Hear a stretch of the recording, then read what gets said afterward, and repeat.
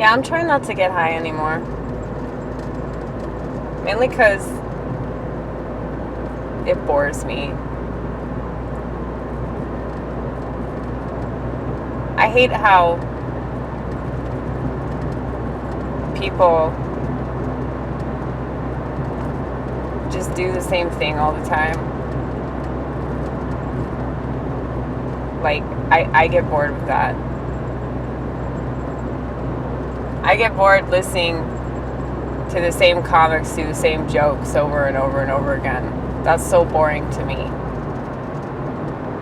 And that's one of the main reasons why I don't go to do stand-up.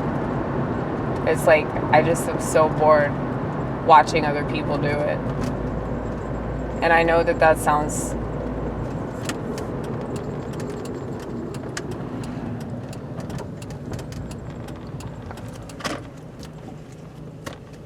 kind of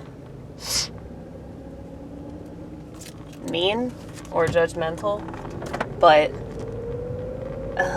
you try going and doing stand-up comedy with a bunch of people that don't try and are just politically correct the entire time and whine about President Trump and whine about race and whine about gender, and it's so exasperating.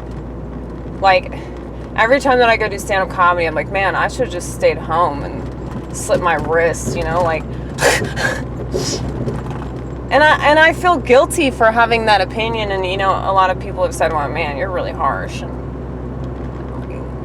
I don't think I'm harsh enough. These people need to try harder or just stop doing it. But I realize that it's like, who am I? Because I hardly ever go. But every single time that I do, it's crazy because the same people will say the same thing. It's like, surely in 6 months' time, all of these comedians have jokes again. I was really hoping, especially after the first lockdown happened in March,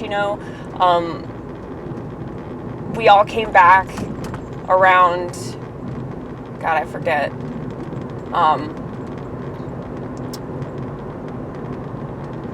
It was like in the summertime, I think. I don't know. It's all a blur now.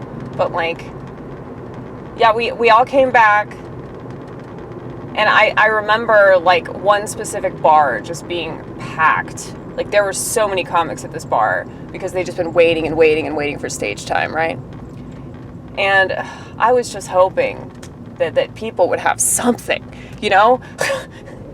I was like, man, they've had all this time during quarantine to write jokes and come up with really funny things, and nobody had diddly squat. It was ridiculous. And there's this chick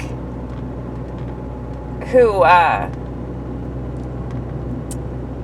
she tried to tell me what to do right after I said the N-word at this one bar, a black-owned bar, by the way, whose owner did not even care that I said it. She thought it was funny.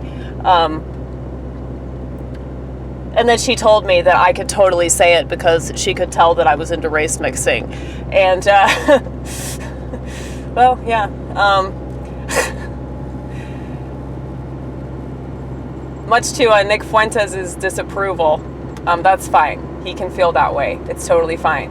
Whether you're into it or not into it, whatever. I don't really understand why it matters to people so much, what other people choose to do or not do. But anyway, I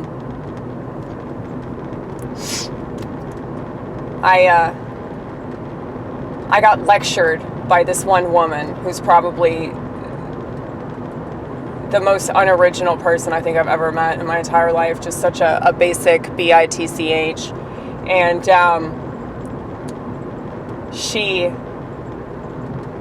she actually said, man, everything that I wanted to say has already been said.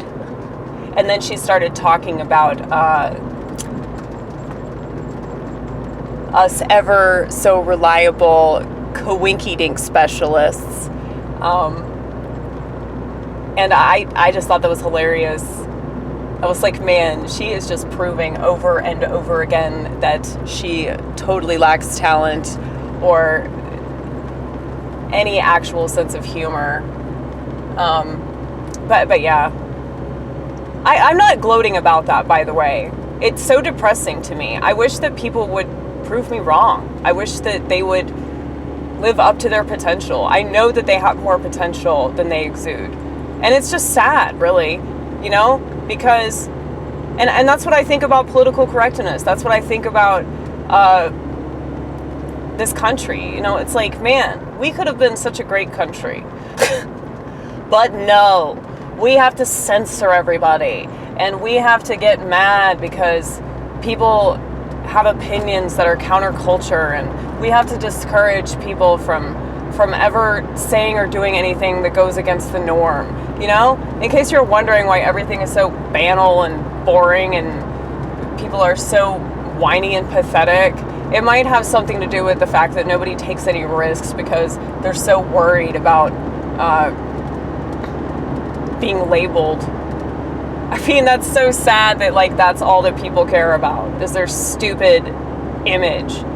And they've completely subtracted God from that image. So it doesn't matter. They're still going to burn in hell, you know? And they're not going to live as good of a life as they could live here on this earth in the meantime. So it's just sad. Anyway.